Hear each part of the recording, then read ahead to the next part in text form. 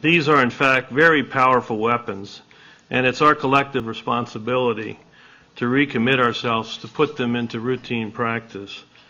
Again, to stay 6 feet apart from each other as much as possible, to do our part to protect the vulnerable. I also want to appeal to the millennials and those that are under 40. It's really important that this group really commit themselves to these practices to protect those at risk.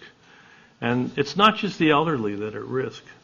Many of us may have friends and colleagues that are younger that may not advertise their underlying comorbidities, as the case would be with, say, type 1 diabetes or an underlying immune deficiency. So again, asking this team of millennials and younger people in this country to come and commit themselves.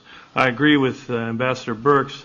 We're very thankful that the group is now coming forward to get tested, but I also want this group to put into vigilant practice the importance of our social distancing.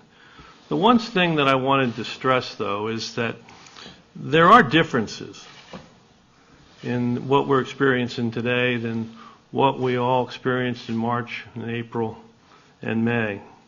And one of the things I want us to focus on is not the cases per se, but the consequences, the impact of those cases.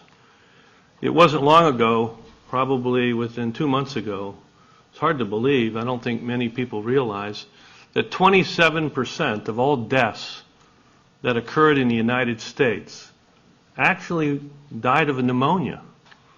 That was a pneumonia, could have been influenza, could have been COVID.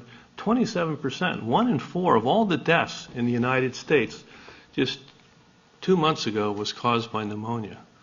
I'm happy to say today the deaths to pneumonia in this nation is back to baseline. It's about 7%. It's a big difference. A lot of those pneumonias that were dying were actually COVID-infected individuals that were the elderly, nursing homes, and individuals with comorbidities. We are seeing, despite these increased cases, we have seen a progressive decline in deaths. The last, say, 2-week average deaths in the United States now is around 650, and as you heard the Vice President, it wasn't long ago that sadly we were losing 25